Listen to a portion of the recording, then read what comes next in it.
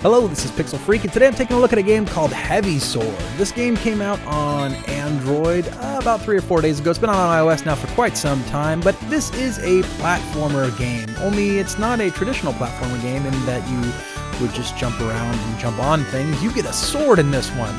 It seems as though the direction for which the developers of this game were taking was to mix Mario with Zelda and see what kind of came out of that. And what did come out was a hodgepodge of different game mechanics. Some of them work and some of them don't. But let's go ahead and jump into the gameplay and I'll explain how it all breaks down.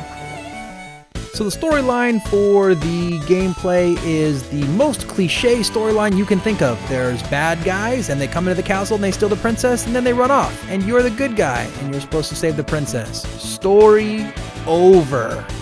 That's pretty much Mario. That's pretty much Zelda. That's pretty much every game from the 80s. The bad guys come and pick the good guy, and then you have to rescue the good guy, be it the mayor or the princess or whoever.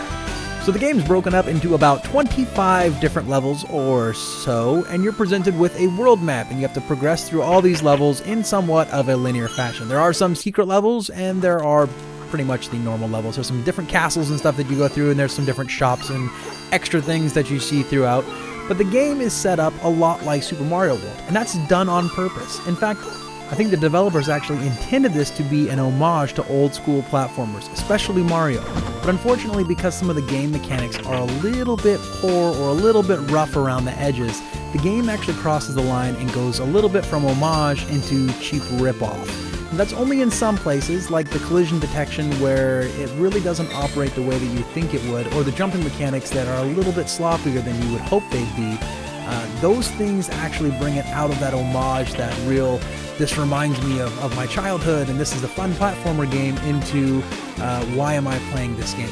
Now, it's not like that in all places, especially the graphics, because I really like the graphics where it's doing kind of this polished Earthbound or I don't know, Scribblenauts type of art design, and it's actually really fun and it's really well designed. But unfortunately, some of those gameplay mechanics, they're just not that well polished, and I think it took away from the overall experience, and I think it kind of tarnished it as an homage to platformers, which I think it was intending to be. One thing I really liked about Heavy Sword was the soundtrack. Now, there were a track or two that I didn't like that much, but overall it's a very nostalgic set of tracks, and it really brings you back to that kind of 8-bit / 16-bit era. And I think if they were building that homage, as I said earlier, I think they really hit it as far as sound is concerned.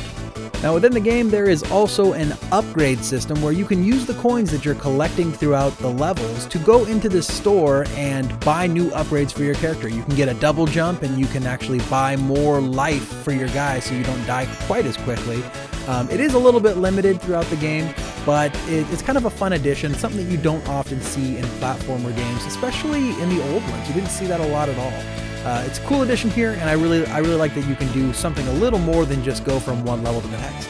As far as level design, as I said previously, there's about 25 or so levels based on what I can see on the map, and there's a decent amount of variance in all these different levels. There's haunted houses, and there's grass stages, but there's also lava stages and dungeon stages, and pretty much if you can imagine it happening in the 80s or 90s in your old platformers from when you were a kid, it's probably going to happen in this game. Only in this game, it happens with a sword. Much like Mario and his mushrooms, this game gives you upgrades in the form of swords. So every sword you pick up makes your sword that much bigger, that much heavier, and that much more devastating. All the enemies in the game can be killed with your sword, and you can get a slew of different little consumable items that you can also throw at enemies, like bow and arrow, or throwing knives, or exploding arrows that will help you along the way as well. Overall, I found Heavy Sword to be worthy of its $2 price if you are a gamer that enjoys platformers. If you aren't already a platformer fan, this game is not going to change your mind. In fact, I'd probably just avoid this one for now. But for those of you that are platformers, $2 pays your ticket. The game's actually not too bad. Check it out right now on both the Google Play Store and the iTunes App Store.